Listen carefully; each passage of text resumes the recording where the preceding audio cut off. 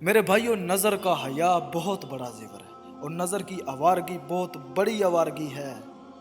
دلوں کو تباہ کرنے کے لیے اس سے بڑی کوئی خوفناک چیز نہیں ہے، کوئی نہیں ہے۔ اور دل کو روشن کرنے کے لیے اس پردے کو چھپانے سے زیادہ کوئی بڑی چیز نہیں ہے۔ جس کی نظر نیچی ہوتی ہے، پوری دنیا کے شیطان مل کر اسے گمراہ نہیں کر سکتے۔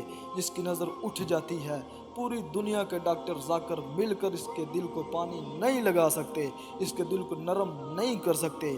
آنکھوں کے غلط استعمال سے جو زہر اندر جاتا ہے، اس کا کوئی تریاق کوئی نہیں ہے، کوئی نہیں ہے، کوئی نہیں ہے۔ نظروں کو جھکانے سے جو طاقت اندر جاتی ہے، اس کو تباہ کرنے کے لیے کوئی بم بلاسٹنگ نہیں ہے، کوئی گولی بارود نہیں ہے۔ یہ ایسی طاقت ہے جو عرش تک انسان کو پہنچا دیتی ہے۔ یہ ایسی طاقت ہے جو فرشتوں کو اس کے قدموں میں لا دیتی ہے۔ یہ ایسا نور ہے کہ جب تمہاری آنکھ بند ہوگی تو اللہ کی قسم، اللہ کی قسم، فلا وربک، اللہ کی قسم، سورج چاند کا نور بھی تمہارے نور کے آگے شرمائے گا، ماند پڑ جائیں گے یہ نور۔ اگر اللہ نے تمہیں آنکھوں کا نور دے دیا، تمہیں آنکھوں کا حیا دے دیا، دنیا کے سارے ابلیس مل کر تمہیں گمراہ نہیں کر سکتے۔ عمیر بن حبیب روم کی قید سے آئے تو یہ 10 آدمی تھے نا، تو 9 قتل ہو گئے۔ یہ بڑے کوئی خوبصورت قسم کے انسان تھے، تو ایک رومی سردار نے ان کو اپنا غلام بنا لیا۔ پھر اس نے کہا تو عیسائی ہو جا، میں تجھے اپنی بیٹی بھی دے دیتا ہوں، اپنی ریاست بھی دے دیتا ہوں۔ تو انہوں نے فرمایا کہ سارا ملک عرب بھی دے دے، ساری ملک روم بھی دے دے، پوری دنیا کی سلطنت بھی دے دے، پوری دنیا کے خزانے بھی میرے قدموں میں لا کر رکھ دے، میں ایک پل کے لیے بھی اپنا دین نہیں چھوڑ سکتا۔ پھر اس کو ایک ترکیب سوجی، اس نے ایک خوبصورت گھر بنایا، اس میں ان کو بند کر دیا اور شراب بھی رکھ دی، کھانا بھی رکھ دیا، سور کا گوشت پکا کے بھی رکھ دیا۔ ایک خوبصورت لڑکی کو تیار کیا کہ اس سے گناہ کرواؤ۔ وہ آ گئی، وہ گناہ کی دعوت دے رہی ہے اور وہ یوں بیٹھے ہیں نظریں جھکائے ہوئے۔ 3 دن گزر گئے، 3 راتیں گزر گئیں، نہ کھایا نہ پیا نہ نظریں اٹھائیں۔ 3 دن کے بعد وہ لڑکی کہنے لگ گئی، یار تو کیا بلا ہے، تو کیا بلا ہے، تو نے نہ کھایا نہ پیا نہ تیری نظر اٹھی، کون ہے تو، کیا ہے، کہاں سے آیا ہے، تمہیں یہاں پہ کوئی روکنے والا نہیں ہے۔ پھر کیوں نہ نظر اٹھا رہا تو، کیوں نہیں کھا رہا، تیرے سامنے شراب بھی پڑی، تیرے سامنے گوشت بھی پڑا، سب کچھ بھی پڑا، لیکن 3 دن سے نہ تو کھا رہا نہ تو پی رہا نہ نظر اٹھا رہا، تو کون ہے، کہاں سے آیا ہے۔ تو فرمانے لگے، اب تو میرے لیے یہ شراب بھی حلال ہو چکی جس سطح پر میری پیاس پہنچ چکی ہے، اب تو میرے لیے یہ سور کا گوشت بھی حلال ہو چکا جس سطح پر میری بھوک پہنچ چکی ہے۔ لیکن لیکن لیکن میرے رب سے مجھے حیا ہے جو مجھے دیکھ رہا ہے۔ اے لڑکی، میں یہ کام نہیں کر سکتا، تو 3 دن کی بجائے 30 دن بھی یہاں بیٹھی رہے، میں یہ کام نہیں کر سکتا۔ میری جوانی امانت ہے، اس پہ داغ نہیں لگ سکتا۔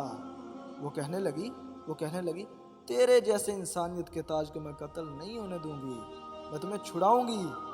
باہر نکلی، کہنے لگی، سردار تو نے مجھے کس کے پاس بھیجا ہے؟ یہ تو لوہا ہے، نہ کھاتا ہے نہ پیتا ہے، یا پتھر ہے کہ ایک دفعہ اس نے نظر تک نہیں اٹھا کے دیکھا، میں کہاں سے اس پر ہاتھ ڈالتی۔ اور پھر رات کو آئی، ایک تھیلے میں کچھ کھانا اور ایک مشکیزے میں تھوڑا سا پانی لائی اور اس کو چپکے سے نکالا اور بولا، وہ دیکھو اوپر ستارہ، اس کو دیکھنا اور تھیلے کو کندھے پر رکھنا اور کندھے کی جانب ہی چلنا، رات کو چلنا، دن کو چھپ جانا۔ اگر اس کو تم نے سیدھے کندھے پر رکھا اور کندھے کی جانب چلتے رہے تو ایک دن میں ہی عراق پہنچ جاؤ گے۔ یہ کردار تھا جس نے صحرا نشینوں کو کیسر و کسرا کے اوپر جھنڈے گاڑنے کی طاقت عطا فرمائی، توفیق عطا فرمائی۔ میرے دیس کو مذہبی نفرتوں نے بھی برباد کیا، میرے دیس کو سیاسی نفرتوں نے بھی برباد کیا۔ سارا ملک زوال کا شکار ہے، سارا ملک برباد ہو چکا ہے۔ میں سیاستدانوں کا کیا گلہ کروں، میں ان الو کے پٹھوں کا کیا گلہ کروں، انہیں دور 4 کے علاوہ کچھ نہیں پتا۔ میرے تو ملک کا ریڑھی والا، سیب بیچنے والا بھی بددیانت ہے، میں سیاستدانوں کا کیا گلہ کروں، میرے تو ملک کا چپڑاسی بھی بددیانت ہے۔ خود کو چھڑا لو اس رسم و رواج سے، نکل آؤ ان اندھیروں سے، چھوڑ دو ان غلط راہوں کو، دور نکل آؤ اس بے حیا زندگی سے، اس آوارہ زندگی سے۔ یہ boy friend girl friend culture